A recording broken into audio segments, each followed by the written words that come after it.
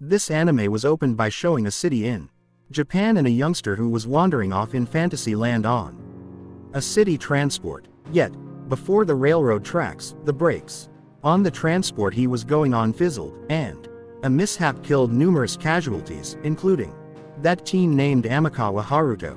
After that episode, Haruto woke up again in an old hovel. His body was pitiful, and his body turned around into a little youngster with an untidy appearance. Haruto, actually befuddled by what was happening, rested up against the room's wall. His memory was ambiguously confused, and there were numerous things he didn't have the foggiest idea. Not long later, 3 grown-up men came conveying an earthy-colored sack and called Haruto, Ryo. In the wake of putting down the sack they brought, the 3 individuals ate at the table. In the interim, Ryo, who was starving, was told to shower and went out on account of serious areas of strength for him. Personal stench. After a shower, Ryo hunched down in the yard and ate the organic products he tracked down there. Ryo was all the while contemplating the memory that, out of nowhere, showed up in his mind around a 20-year-old kid named Haruto, and furthermore about the traffic mishap that killed him. That befuddled Ryo, and he didn't have the foggiest idea what was going on. Be that as it may, different recollections said he was in the ghetto region to retaliate for his mom, who kicked the bucket in a homicide. Misfortune. Ryo, who was miserable when he recollected his mom, was out of nowhere visited by 4 outsiders he didn't perceive. Their garments looked so pleasant and cleaned as well. Individuals were getting some information about a young lady with purple hair, but since Ryo never saw her, Ryo proved unable. Let's assume anything. All he knew was the ghettos that extended ahead. Hearing that one of them approached, she was named Celia Claire. Celia took out sorcery and utilized it to view as the whereabouts of the individual she was looking for. And yet, that's what something happened. Astounded Celia, she felt a lot of wizardry wrapping Ryo's body. Ryo himself unexpectedly could see an odd emanation discharging from his body. In the wake of feeling he was sufficiently useful, Celia gave a pack of cash to Ryo and left to proceed the pursuit. Just after Celia and her gathering left, Ryo attempted to open the pocket. However, what was inside astounded Ryo. The pack contained a few enormous silver coins. Ryo, who didn't believe that others should see the cash, at long last made tracks it under his shirt. In any case, when he returned home, Ryo's chest was cut by somebody. Fortunately, the blade wounded into Ryo's chest was come by the silver coin Celia had given prior. Not long later, time abruptly halted. Along with it, a peculiar soul showed up in the type of a young lady with pink hair. The soul was named Aisha, and she drew nearer Ryo to advise her how to utilize enchantment. At last, Ryo utilized his wizardry to beat the individual who cut him before. After the battle finished, Ryo saw that the 3 grown-ups with him had kicked the bucket from wounding. Simultaneously, Ryo likewise heard a puzzling, crying sound coming from inside an earthy-colored neckband. Toward the edge of the room, the sack contained a young lady named Verger Beltram. Greenery requested that Ryo return her to the royal residence. However, when vegetation saw individuals who had kicked the bucket once more, there, Verger swooned. Ryo, who actually didn't have any idea what had occurred, at long last completed Verger and planned to return her to the royal residence. Be that as it may, on the way, he again met Celia and her bunch. Rather than expressing gratitude toward him, one of them ran up to Ryo and insulted him, all things being equal. The young lady's name was Christina Beltram, sister of Greenery. Christina blamed Ryo for hijacking her sister, so there was a long discussion between them. After his condition improved, Vanessa Emerald requested that Ryo accompany them back to the royal residence. Showing up at the castle, Ryo's options were limited. What's more, his body was hanged and beaten like a criminal. Ryo was grilled and compelled to concede that he was associated with the hijacking. In the meantime, then again, Greenery, who had recently blacked out, had now recovered cognizance. In her room, Vegetation asked where Ryo was and requested that Vanessa call him. Then Vanessa and Celia got back to the spot used to investigate Ryo. Yet, when they arrived, they were stunned. Since Ryo's body was covered with wounds, Also, Rio swooned. In the wake of being sent down, Celia at last took Rio and went through treatment in the castle. Celia let Rio know that he needed to meet the Lord, since the Lord needed to say thanks to Rio face to face. A couple of days after that occurrence, Rio came to see the ruler and his whole family.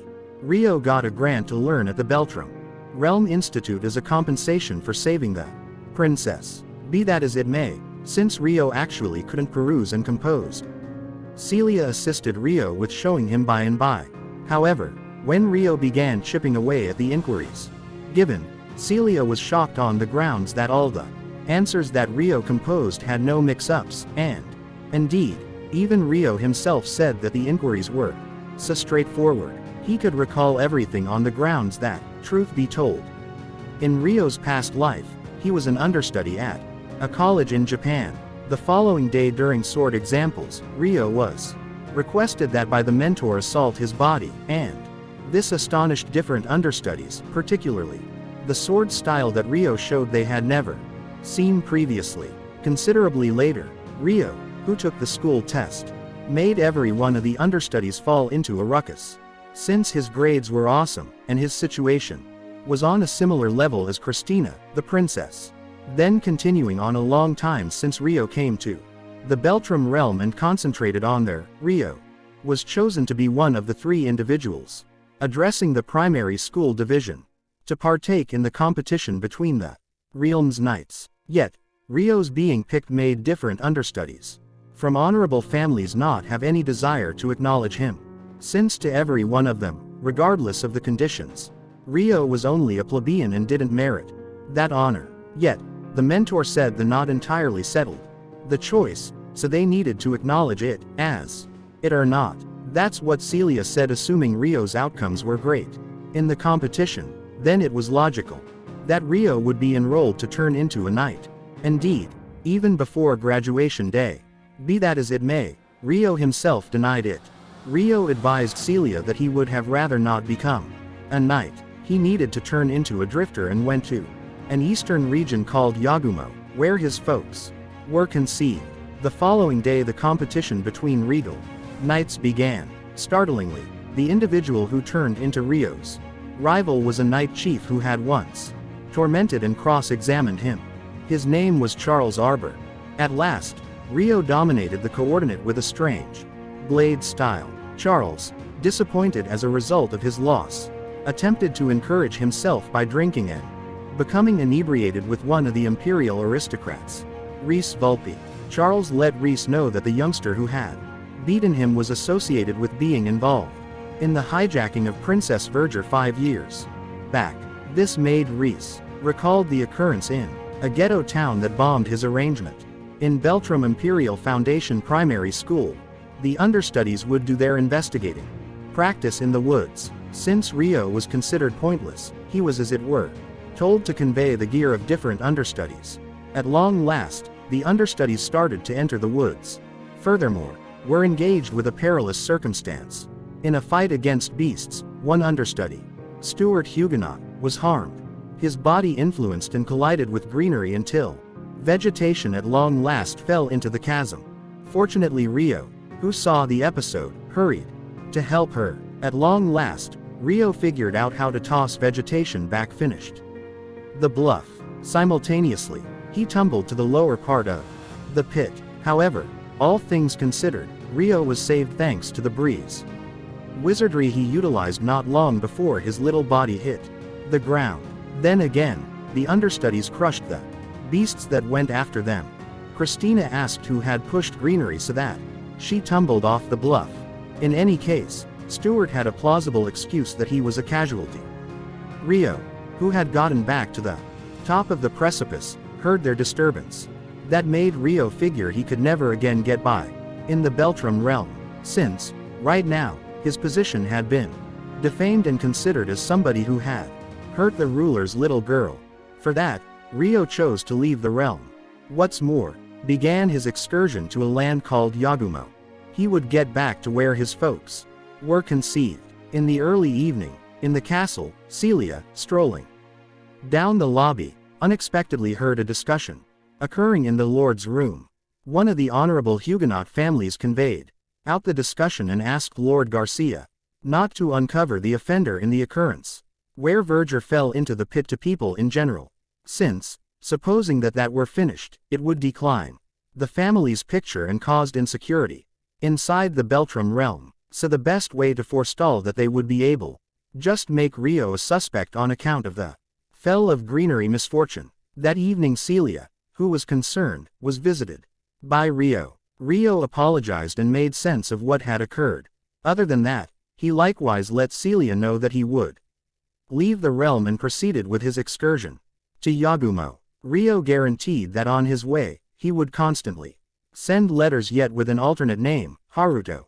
Then, 3 days after Rio left the Beltram realm, Rio showed up at a realm called Galark.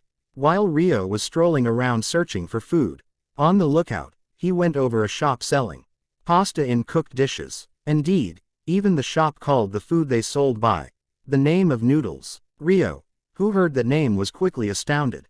In any event, when Rio attempted to eat it, he began to recollect the city called Tokyo. Subsequent to eating the noodles, Rio requested a place where he could get those noodles in dry structure as he wanted them for arrangements on the outing. Hearing this, the vendor at last educated, furthermore, guided Rio to go to a huge shop made do by Liselot Krisha. Showing up at the shop being referred to, Rio was met by a server named Lot, and he saw that every one of the fixings sold there were basically the same as the food sold in Tokyo. In any event, organizing the merchandise available to be purchased was very like minimarkets overall. Rio was welcomed around by Lot. At long last, Rio purchased 15 kilograms of dry noodles and their flavors. Aside from that, Rio likewise requested that Lot convey his letter, which was for Celia in Beltram's realm. After that large number of exchanges were finished, Rio proceeded with his excursion toward Yagumo. Notwithstanding his means, halted when he was gone after by a beastkin named Latifa. The fight finished after Rio figured out how to overcome Latifa and taken out the slave collar that was around her neck. Latifa said that she was allocated to kill Rio by somebody named Stuart Huguenot. Feeling sorry, Rio at long last chosen to take Latifa, particularly since Rio's bearing of travel would go through an area occupied by Asian, half-human, half-monster animals. Rio himself was wanting to leave her in that region. In the wake of going with Latifa and the time was moving toward night, Rio chose to rest and camp out in the center of the backwoods. Then, at that point, when Rio was cooking for Latifa, Rio was astounded in light of the fact that Latifa called it spaghetti. Particularly when Latifa was dozing, Latifa was ridiculous and discussed her loved ones in Tokyo. That made Rio much more sure that Latifa was additionally similar to him, who was embodied in the same period. While Latifa was at that point floating off to rest, unexpectedly, a gathering of Asian visited where they were exploring nature and thought Rio had hijacked one of their family members, Latifa, a half-human, half-creature animal, so there was a battle between them. Rio, who in no way wanted to battle from the beginning, was at last crushed and brought to the home of the Asian. In the wake of acknowledging from blacking out, Rio was drawn nearer by Latifa, who had let the Asian know that there was a misconception between them in light of the fact that Rio was the human who had liberated Latifa from the subjection neckband. Not long later, one of the Asian pioneers came from the beastkin race named Ursula. Ursula apologized for every one of the errors. Furthermore, requested that Rio go to a gathering of town older folks who might make a conventional expression of remorse. Hearing that, at long last, the agent who had gone after Rio also kneel and apologized for the treatment they had given. They were named Orphea, Sarah, Uzuma, and furthermore, Alma. It then continued on toward the following day, when Ursula took Rio to go to a gathering of town elderly folks.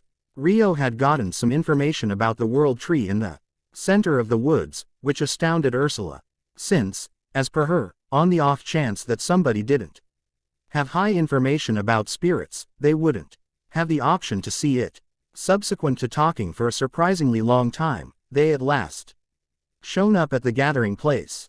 There were at that point hanging tight for different bosses, who had a place with various races. She was Sildora from the High Mythical Person race and Dominic from the Bantam race. Sildora said that recalling the misconception that had happened, they, as pioneers, apologized to Rio and said thanks to him for liberating one of their family members who became human slaves. Other than that, since they came from various races, Agent expected a solicitation from Rio in return for what he had done. Hearing that, Rio at last requested that the elderly folks fare thee well of Latifah and permitted her to remain there. But since right now Latifah was exceptionally joined to Rio, he wanted chance to get Latifah utilized to live in that town. Soon after saying that, a soul out of nowhere seemed who turned into the woodland defender in the Agen's domain. Her name was Dryas. Dryas, who had quite recently showed up, unexpectedly drew nearer Rio and said that she felt the presence of a soul inside Rio's body. As indicated by her, the soul had a human structure, meaning it was in the most noteworthy soul class. She felt the soul inside Rio's body was higher than Dryas. Be that as it may, the soul was resting a direct result of something.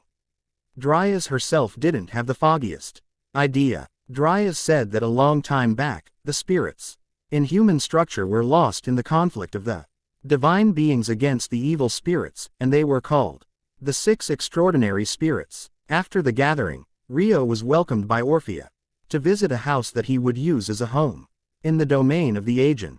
Since, as indicated by Rio, he wanted around 1 year to get Latifah used to live there, before at last continuing on.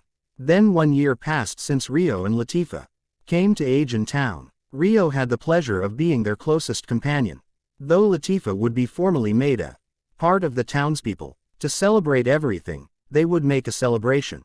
Around evening time when the celebration was held, Rio took Latifah into the backwoods to talk and told her that Rio would leave Latifah in the town.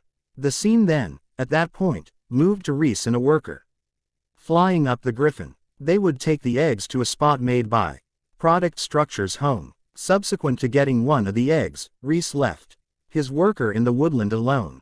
However, the occurrence was known by the agent, who quickly gave pursuit to Rice's worker. Furthermore, out of the blue, a gathering of wyverns pursuing their eggs came and began rampaging around the backwoods. Fortunately Rio, who was around the area, raced to help the agent, crushed the wyvern pioneer, and drove out the rest. The next day Rio proceeded with the discussion with Latifah that had been postponed. Latifah at last let him know that she was an individual who had passed on and embodied in this period. Before her demise, Latifah lived in a country called Japan. Latifah kicked the bucket in a mishap between the transport she was going on and a train going through the center of Tokyo. At long last, Rio said that he additionally experienced a similar episode as Latifah. He passed on in a transport mishap in Tokyo. After that meaningful conversation, the ideal opportunity for Rio to proceed with his process at long last shown up. Rio was given weapons made by the dwarves, space-time capacity antiquities by the boss, mythical person, and food supplies from the beastkin. Then, at that point, continued on a long time since Rio left the town of the Aegean. Rio at long last shown up at Yagumo, the origin of his folks and the dark-haired human race. Rio requested one from the first inhabitants about the town head's home until he was at long last accompanied by 2 young ladies named Ruri and Sayo. In light of the fact that the town head was Ruri's grandma showing up at Ruri's home, they were welcomed by the top of the town named Yuba. Despite the fact that she remarked on Rio's bizarre approach to dressing, Yuba acknowledged him. Rio said he was searching for the beginning of his folks, who came from Yagumo 15 years back. They were named Harmony and Ayame. After hearing the 2 names, a stunned Yuba advised Ruri and Sayo to leave both of them alone. After the 2 young ladies left, Yuba asked Rio to proceed with his story in much more detail. At long last, Yuba said she perceived the 2 guardians who were, in all honesty, her child, Harmony. At the end of the day, Yuba was Rio's grandma. The following morning, following a night's rest, Rio came to the kitchen to meet Yuba and said he would assist with planning breakfast. Aside from that, while he lived there, he would likewise assist with town work. Subsequent to preparing and getting ready food, Seo went to breakfast with her sibling. Then, at that point, after breakfast, Yuba asked Seo's sibling, Shin, to take Ryo to meet Sora and instructed him how to chase. In the wake of hunting, Ryo got back to Yuba's home. Be that as it may, seeing his messy body, Ryo thought he ought to scrub down and made his restroom in the patio utilizing soul strategies. However, Ruri and Seo, who saw a peculiar structure, abruptly showed up in the yard to find out what was happening and found Ryo, who had simply emerged from there. Other than that, Shin and his two companions had likewise showed up, so a few harsh trades resulted.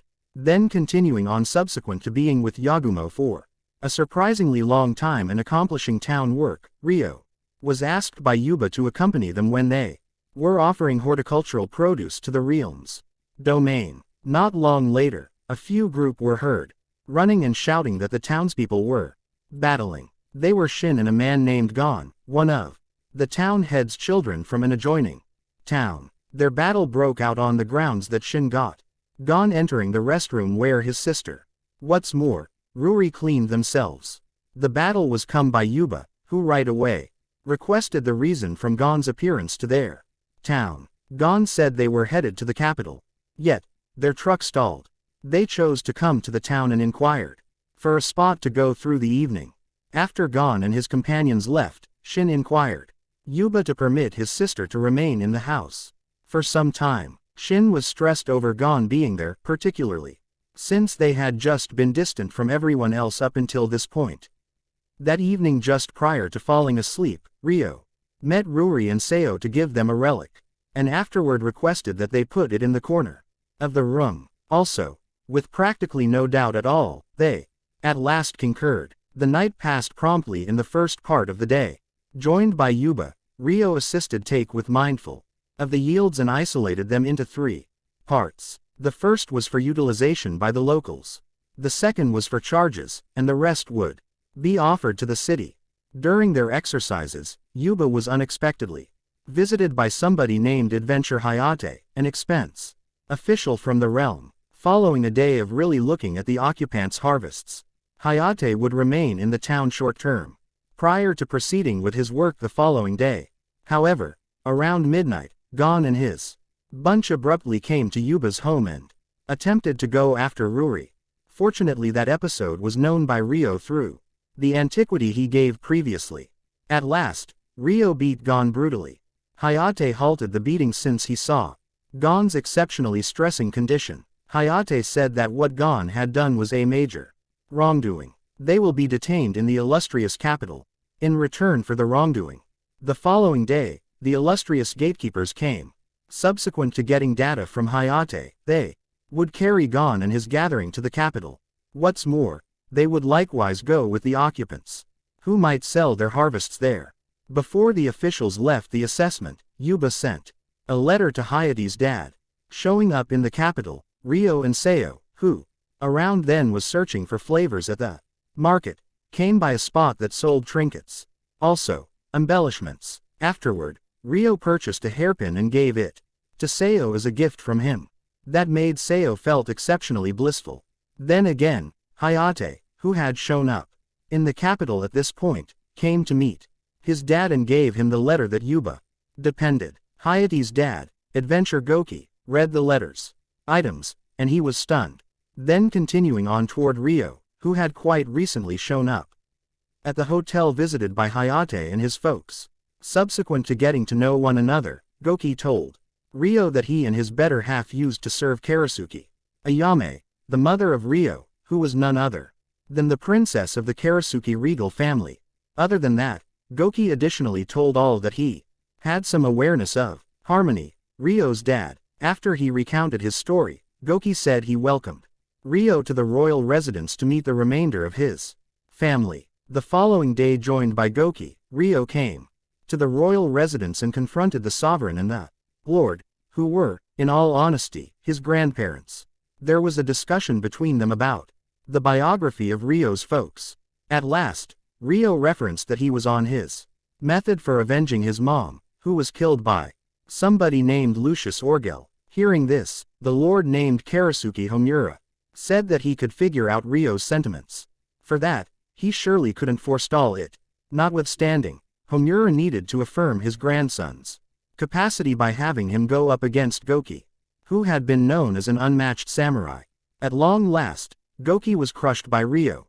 Then, at that point, moving to the Yuba home after Ryo's get back from the capital, Ryo let Ruri know that he was her cousin and the ruler of Karasuke realm. This astounded Ruri. The discussion that evening finished with Ryo saying that he would remain in the town for the following year or somewhere in the vicinity.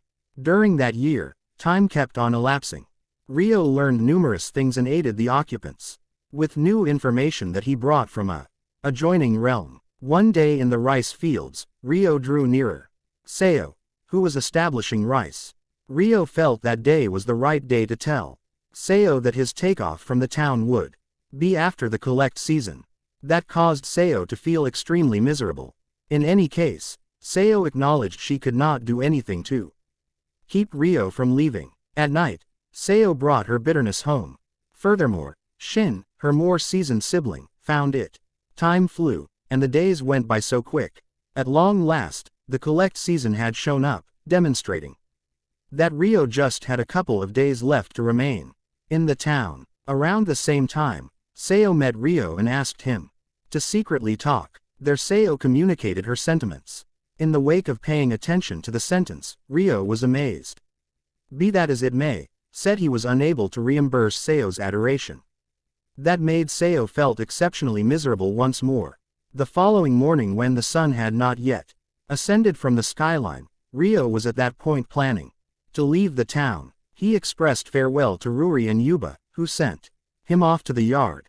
In the meantime, at the town entrance, Seo stood alone, trusting that Ryo will get through that place. At the point when Ryo came, they were engaged with a bit discussion before Ryo at last bid farewell to proceed with his excursion. Then, at that point, it moved 1 year since Ryo left Yagumo town. Ryo at last got back to the Ajin town and was energetically invited by Latifa and the other Beastkin. Ryo informed the seniors regarding the excursion he had been on and the solutions to every one of the inquiries he had been searching for in Yagumo town.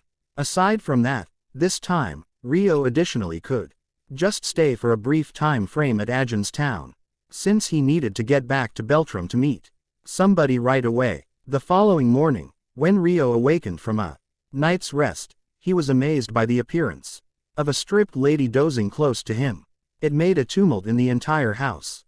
After the circumstance improved, the young lady told him she was a soul and the rest she didn't recollect that anything, since she right now didn't have a name. The young lady requested that Ryo think of a name. He gave her the name Aisha. Since he got no further clarification, Ryo at long last carried Aisha to meet the older folks. In any case, in their discussion, Dryas came over on the grounds that she felt a strong soul energy ascending in her safeguarded region.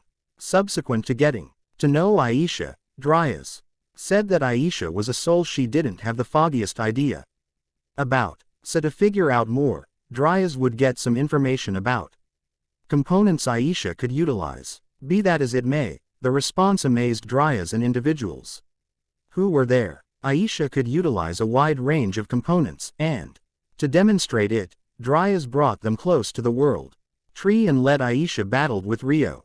Dryas halted the battle since she stressed that the strength of the two battling animals would annihilate the whole town.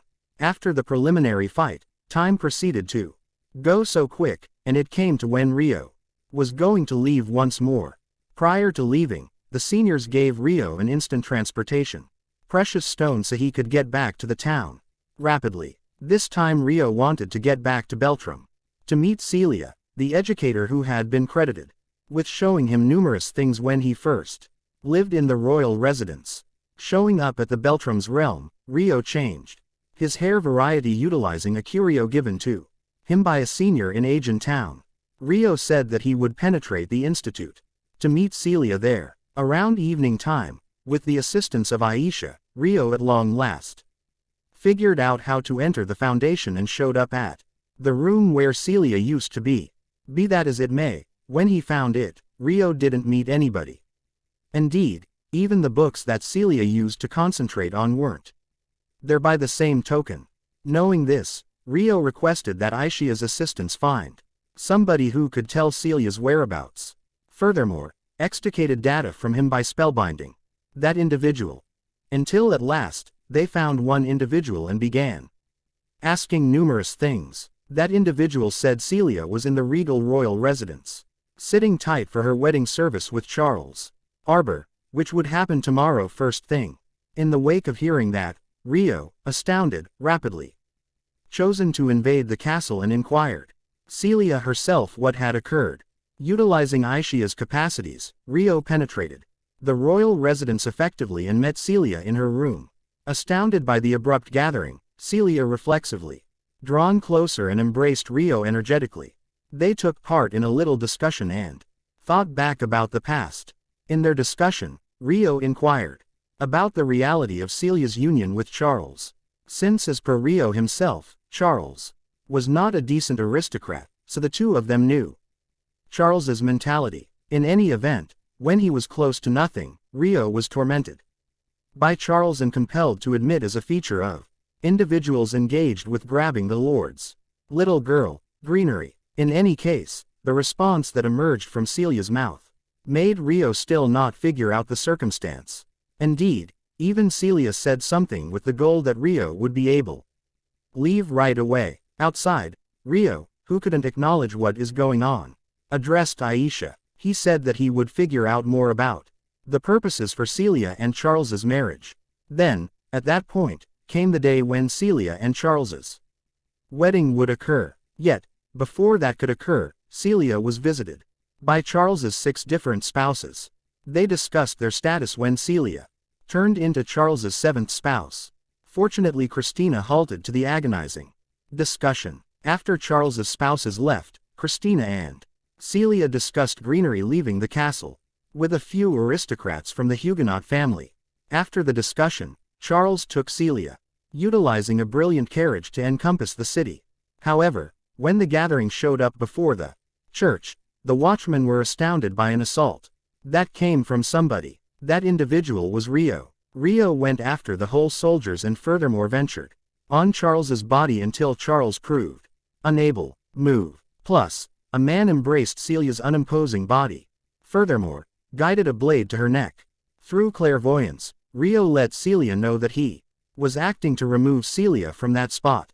Be that as it may, prior to taking her, Rio needed to ask one additional time about Celia's longing, what she, as a matter of fact, needed. Other than that, Rio likewise knew that Celia's loved ones was getting dangers from the Arbor aristocrats. Therefore, in the event that Rio abducted Celia, her family wouldn't be faulted for the episode. The most common way of abducting Celia didn't go easily. Rio frequently needed to manage the soldiers and was gone after utilizing the sorcery of the regal troops. Fortunately, helped by Aisha, Rio figured out how to bring Celia away from the Beltram realm without getting injured. After their position was protected from the pursuit of the illustrious soldiers, Rio said that he would take Celia on an undertaking. And yet, abruptly, something amazing occurred. A few brilliant lights should have been visible showing up from the sky in different spots. That made Aisha said, kindly assistance them. The scene then exchanged. The lights that tumbled from the sky before brought a few group who came from Japan. It was a similar city in year as Haruto when he kicked the bucket in a mishap. One individuals who magically transported was named Ayase Miharu, Rio's cherished, lifelong companion and the individual he adored the most in his past life. The end.